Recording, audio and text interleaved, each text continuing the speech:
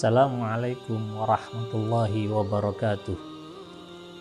Alhamdulillahilladzi an'amana bini'matil imani wal islam walladzi 'allama bil qalam 'allamal insana ma lam ya'lam. Asyhadu an la ilaha illallah wa asyhadu anna Muhammadan abduhu wa rasuluh. Allahumma shalli wa sallim wa barik ala sayyidina Muhammad wa ala ali sayyidina Muhammad. Qala Allah ta'ala fil Qur'anil Karim, a'udzu billahi minasyaitonir rajim, bismillahirrahmanirrahim. Laqad kana lakum fi rasulillahi uswatun hasanah liman kana yarjullaha wal yawmal akhir wa dzakarallaha katsira. Wa qala an-nabiy sallallahu alaihi wasallam, man ahya sunnati faqad ahabbani wa man ahabbani kana ma'i fil jannah. Shadaqallahul adzim wa shadaqa rasuluhun nabiyil karim. Anak-anakku, generasi penerus bangsa rahimakumullah. Pada kesempatan ini marilah kita tidak pernah berhenti untuk berujar syukur kita kepada Allah. Paling tidak dengan mengucapkan alhamdulillah. Karena begitu banyak kenikmatan yang telah dianugerahkan Allah kepada kita. Mudah-mudahan dengan kalimat alhamdulillah akan menjadikan kenikmatan yang lain akan diberikan Allah kepada kita. Karena Allah telah menjanjikan la in syakartum la azidannakum wa la in kafartum inna adzabi lasadid. Anak-anakku, generasi penerus bangsa rahimakumullah. Kesempatan ini kita masuk di bulan Rabiul Awal, di mana pada bulan ini ada momentum yang sangat besar. Revolusi besar Islam baginda Nabi Muhammad sallallahu alaihi wasallam telah dihadirkan Allah di muka bumi ini. Yang substansinya baginda Rasul diperintahkan oleh Allah di muka bumi ini untuk tidak memerintahkan kita melaksanakan sholat terlebih dahulu. Tapi Allah katakan dalam Al-Quran, laqad kana lakum fi rasulillahi uswatun hasanah liman kana yarjullaha wal yawmal akhir. Di antaranya adalah memberikan suri tauladan yang baik. Bahkan dalam hadis Nabi mengatakan innama bu'istu liutammima makarimal akhlak. Tidak ada lain diutusnya baginda Rasul di muka bumi ini melainkan untuk menyempurnakan akhlak manusia. Anak-anakku, generasi penerus bangsa rahimakumullah. Ketika kemudian kita berbicara masalah uswatun hasanah atau suri tauladan yang telah diberikan oleh baginda Rasul kepada kita, patutlah buat kita untuk mencontoh beliau. Karena Nabi mengatakan dalam hadisnya, man ahya sunnati faqad ahabbani wa man ahabbani kana ma'i fil jannah. Barang siapa yang menghidupkan sunnahku, yang senantiasa melaksanakan apa yang aku perbuat, maka dia termasuk golongan orang-orang yang mencintai aku, katanya Rasul. Dan barang siapa yang mencintai aku, Rasul mengatakan faqad ahabbani kana ma'i fil jannah, maka nanti beserta dengan Rasul kita akan berada di surganya Allah. Anak-anakku, generasi penerus bangsa rahimakumullah, marilah kita contoh beberapa aktivitas yang telah dilakukan oleh baginda Rasul. Mungkin dalam bahasa kita adalah tauladan-tauladan yang bisa kita ambil dari aktivitas Rasul dalam kehidupan kesehariannya.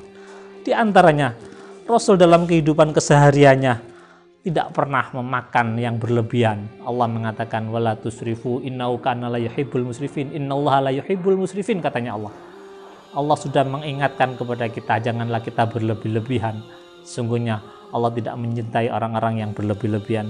Bahkan dalam hadisnya Rasul mengatakan nahnu qaumun la na'kulu hatta naju wa idza akalna la nasba. Rasul mengatakan kami adalah kaum yang tidak makan kecuali bila kita lapar, dan apabila kami makan maka kami tidak pernah merasakan kenyang. Anak-anakku rahimakumullah, Rasul sendiri memberikan contoh. Beliau tidak akan pernah makan ketika dalam keadaan lapar. Mungkin ini yang bisa kita ambil tauladannya. Sebagai seorang murid, sebagai seorang santri, sebagai orang yang mencari ilmu, seharusnya kita mencontoh Rasul. Rasul sendiri tidak pernah ketika kenyang mereka memakan. Beliau memakan dan memakan lagi. Mudah-mudahan kita bisa mengambil seperti contoh Rasul. Ketika kemudian hanya dalam keadaan lapar, Rasul mau memakan sesuatu yang diinginkan. Begitupun kita anak-anakku rahimakumullah. Dan kemudian ketika makan, Rasul sendiri memberikan contoh. Ketika enak-enaknya makan, Rasul biasanya menghentikan makanannya. Mudah-mudahan kita bisa mencontoh. Fa insya Allah dengan makanan yang kemudian kita masukkan ke dalam diri kita yang cukup dan tidak berlebihan, kita akan mempunyai fisik yang sehat dan lain sebagainya. Karena ilmu kesehatan telah mengajarkan kepada kita, dalam lambung diri kita, dalam perut kita ada 3 tempat yang di situ harus ada keseimbangan antara makanan, minuman, dan udara.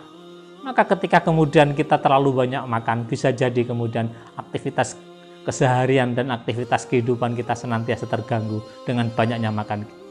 Maka dari itu, anak-anakku rahimakumullah, marilah apa yang telah diajarkan oleh Rasul kita praktekkan dalam kehidupan kita sehari-hari. Yang kedua, Rasul adalah seorang pribadi yang tidak pernah tidur terlalu lama. Karena Allah telah mengatakan, inna rabbaka ya'lamu annaka taqumu adna min sulusayil laili wa nisfahu wa sulusahu wa ta'ifatum minal ladzina ma'ak. Sesungguhnya Allah mengetahui bahwa kamu berdiri sholat kurang dari 2/3 malam, atau 1/2 malam, atau 1/3-nya, dan demikian juga golongan orang-orang yang bersama kamu. Artinya apa? Dalam kesehariannya Rasul tidak pernah semalam suntuk melakukan aktivitas tidur. Pasti beliau bangun di antara sisa-sisa waktu yang ada pada malam hari untuk melaksanakan aktivitas qiyamul lail.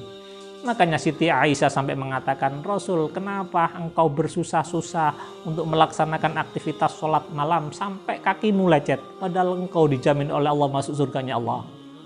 Rasul mengatakan, bukan karena aku dijamin oleh Allah surga, tapi aku menunjukkan bahwasanya aku sebagai hamba yang senantiasa bersyukur akan segala anugerah Allah.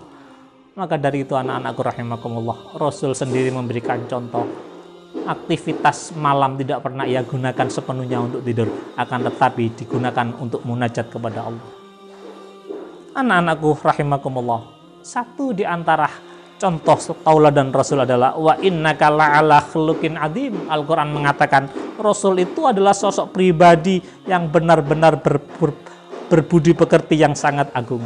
Anak-anakku rahimakumullah, satu di antara contoh dari akhlak Rasul yakni dengan sifat tawadhu yang begitu tinggi. Makanya Rasul mengatakan dalam hadisnya, wa kana sallallahu alaihi wasallam sadidal haya wa tawadhu. Adalah seorang nabi yang amat pemalu untuk melakukan hal-hal yang tidak terpuji, dan dia sangat punya sifat tawadhu. Anak-anakku rahimakumullah, penting sekali dalam kehidupan kita mengedepankan sifat tawadhu, karena di antara salah satu ciri orang yang punya ilmu, dia senantiasa berperilaku tawadhu dalam aktivitas kesehariannya. Dalam kitab Ta'limul Muta'alim ada syair yang mengatakan, innat tawadhu'a min hisalil muttaqi wa bihit taqi ilal ma'ali yartaqi. Salah satu media yang bisa menghantarkan kita menjadi orang-orang yang bertakwa kepada Allah adalah dengan sifat tawadhu. Sifat tawadhu adalah sifat yang senantiasa menganggap orang lain lebih ngerti, orang lain lebih mengetahui dari segala sesuatu yang tidak kita ketahui. Kalau kemudian dalam praktek kehidupan kita senantiasa menganggap orang lain lebih tahu daripada kita, bisa jadi kita punya sifat tawadhu, kita punya sifat menghormati orang lain dan lain sebagainya. Mudah-mudahan anak-anakku rahimakumullah, aktivitas kita dalam keseharian senantiasa kita kedepankan sifat tawadhu. Fa insya Allah ketika kemudian praktek kita mempunyai sifat tawadhu dalam kehidupan kita, akan mengangkat harkat martabat kita menjadi orang-orang yang lebih baik daripada yang lain. Dan kemudian momentum peringatan hari kelahiran baginda Rasul pada kesempatan ini, marilah kita ambil 3 contoh yang paling mendasar. Bagaimana kemudian tidak terlalu berlebihan dalam memakan, tidak terlalu banyak dalam tidur, dan kemudian mengedepankan sifat tawadhu dalam keseharian. Fa insya Allah ketika kemudian kita melakukan itu, kita akan menjadi orang-orang bersama Rasul, ma'i fil jannah, berada di surganya Allah. Ihdinas siratal mustaqim, wallahul muwaffiq ila aqwamit thariq. Assalamualaikum warahmatullahi wabarakatuh.